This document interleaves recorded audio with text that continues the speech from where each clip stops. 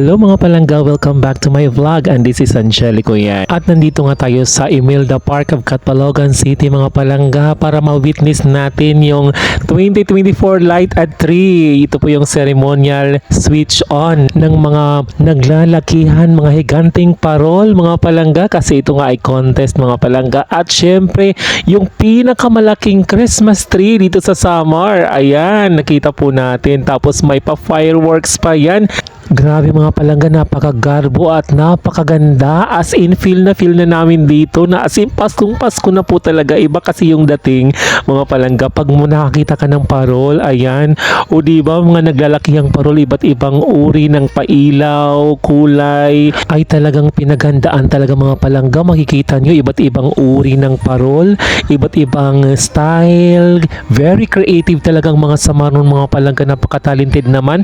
Ang ganda po talaga mga palangga ng mga parol. Ayan, ipapakita ko po sa inyo mga palangga.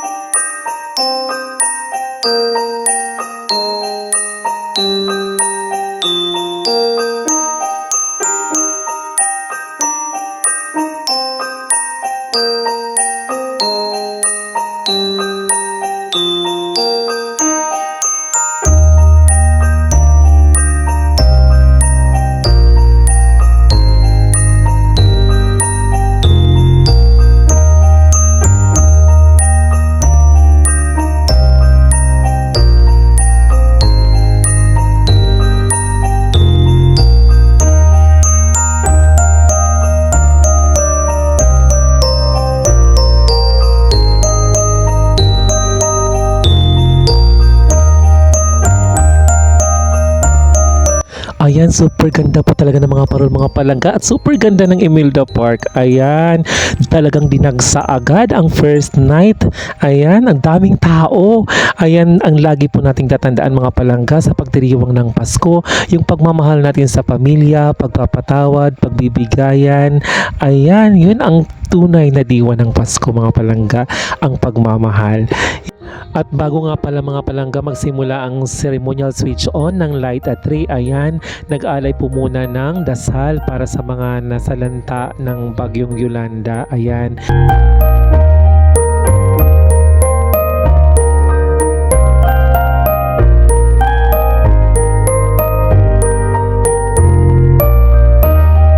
And so ayan mga palangga, maraming salamat sa pagsuporta ng aking vlog. Thank you so much sa inyo mga palangga. Maraming thank you po. Advance Merry Christmas sa lahat.